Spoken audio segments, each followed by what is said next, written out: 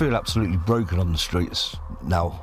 I feel like I've lost so much of myself and my dignity and pride and any sort of self-worth that I did have, which it wasn't a massive amount, but it was mine, and now it no longer is.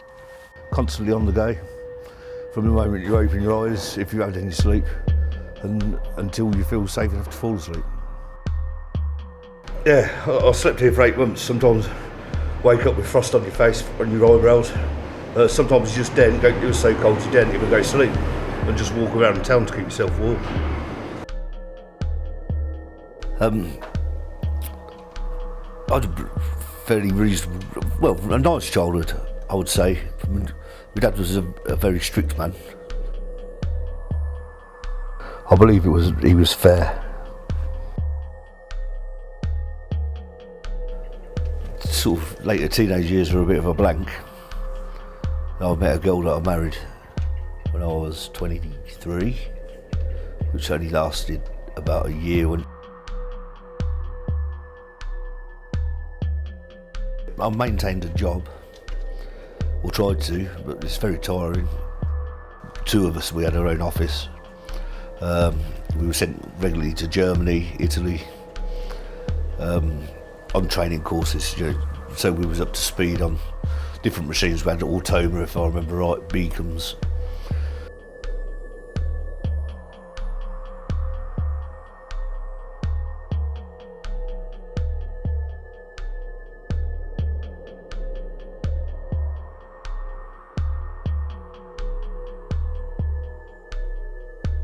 Realise actually there are significant numbers of people who are vulnerable, on the edge of homelessness, falling into homelessness, falling into abuse, falling into mental health issues, and that they're there and that actually they're all around us.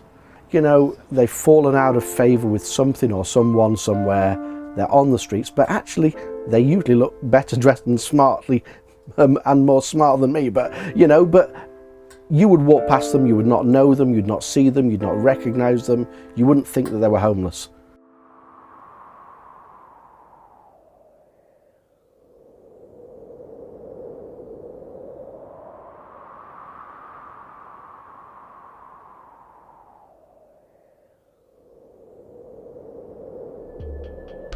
Fortunate enough to meet somebody that, it's hard to describe, but soulmate comes to mind. I truly loved, and that will never leave me. She just made me feel comfortable. I didn't feel vulnerable. I felt so happy in that relationship. Sad thing is in life that if you do actually love each other that much, you need to love the person enough to say that you need to separate, because you can't let yourself destroy them. There's not a day that I don't think about her, hope that she's happy and things. And since the day we split up, hand on my heart, I have not touched another woman, because I can't see the point when I'm never going to experience that again, that love. So I'm content. For once, I'm content in one area. I think my lifestyle just wore me out, and she just couldn't take it anymore. So I drove off in my car with, I left her the money and just slept in the car for quite a while.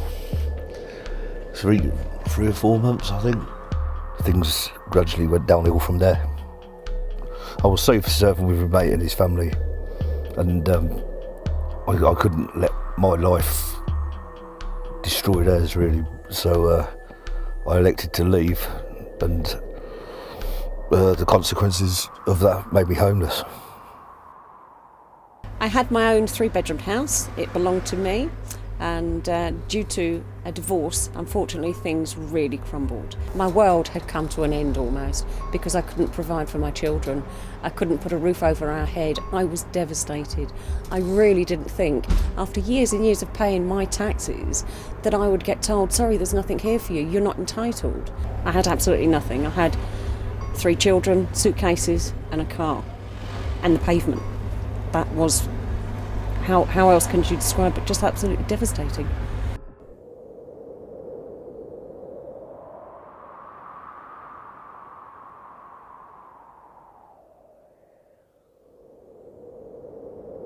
And so, you know, food poverty, fuel poverty, poverty of friendship, of relationship, poverty of mind, heart and spirit, really. It's just, people are just down and, you know, struggling in so many areas.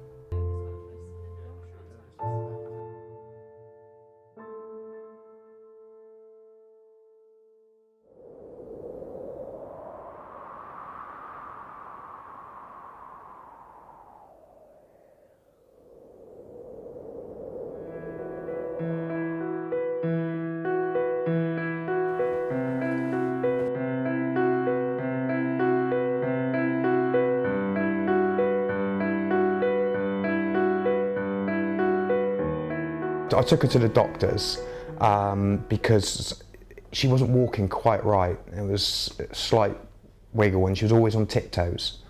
So then he recommended for her to go and see a specialist, and I went to Kettering Hospital. And what was told is she had Perthes disease in her left hip, which is actually the top of the femur starts to crumble away because it's got a diminished blood supply to the bone. And hers basically, instead of being nice and round, is flat and breaking down. And then a while after that, she got it in the right hip. People in my position are starting to suffer, you know, and I haven't always, I've never always been on the dole. You know, I've worked all my life. I worked in an apprenticeship, served as a silkscreen printer, I went to college. You know, I've done everything, as far as I knew, done everything right. Unfortunately, with the way the country's been, I worked in silkscreen printing, so every recession we hit, I'm sort of redundant straight away. That's what happens. And then the time, so I've always paid in. I've paid huge amounts of tax. And when it comes to the point where you're actually wanting the help back, you know, it's not there. Yeah, me and Molly do feel invisible to society. Feel that we just disappeared under the radar.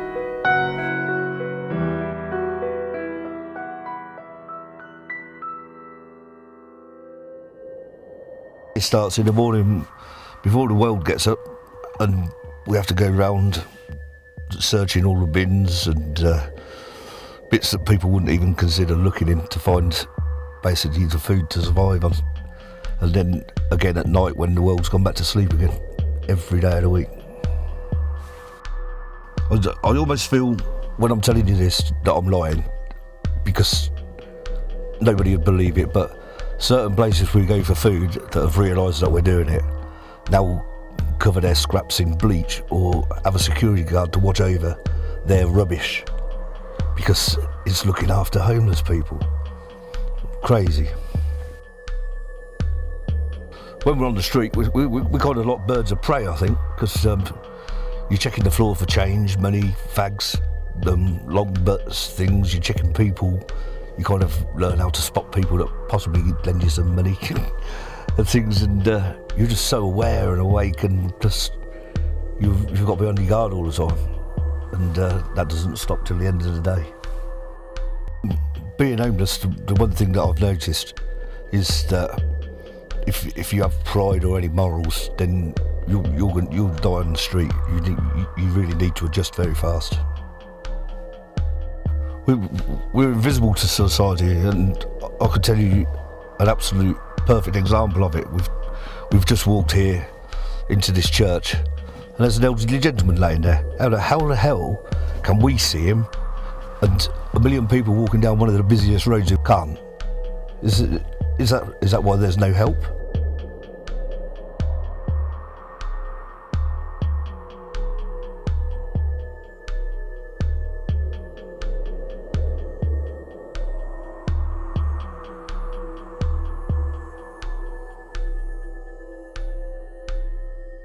I think what's important for people in life is actually that people feel linked in, that there's family, there's community. When we are down, there's someone there who can pick us up.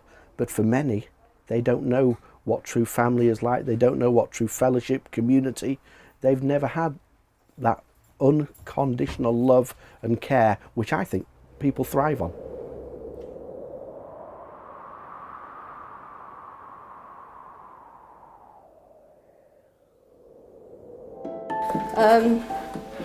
Stuff does get on top of me, like on money wise and that, because you don't usually get enough money to do stuff with the kids, so you have to save up so much to do stuff with them.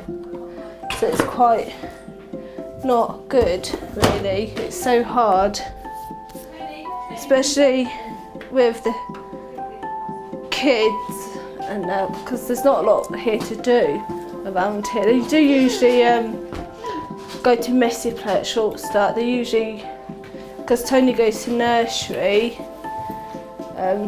but for Molly, she's 2, but we're trying to get her into like this a 2-year-old like little play group for now until she goes to nursery, but there's nowhere that will fund us to go to it, because there is one in Earthenborough, but there'd be no one out there to fund for it. It's really, really hard because Tony's got a late learning development, so we're trying to get some help for him because he keeps on headbutting his head if he gets in a strop. He doesn't like people saying no to him because he goes off and screams and shouts. No. But it's just trying to get the help that he needs so I can like help him here.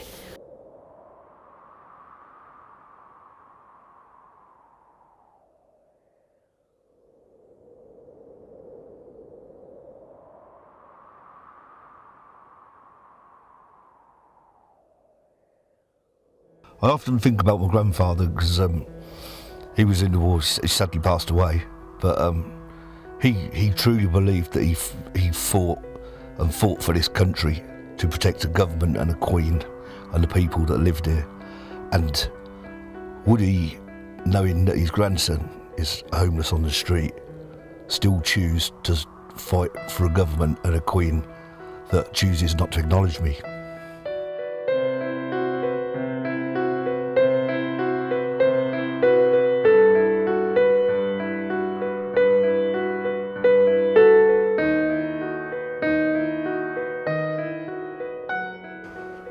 There, but for the grace of God, I wake up every morning.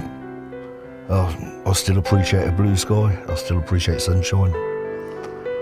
I have a different outlook on life, and if anything, I can take a lesson from this life and hope that I get out of it.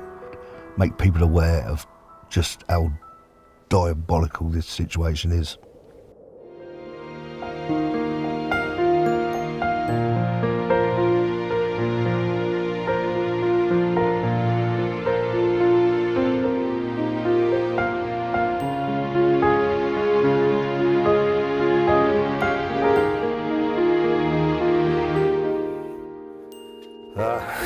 Every time I get these keys out of my pocket, I still can't believe it. I cherish these more than a lot of things in my life. Thank you, Spire. You give me a sanctuary.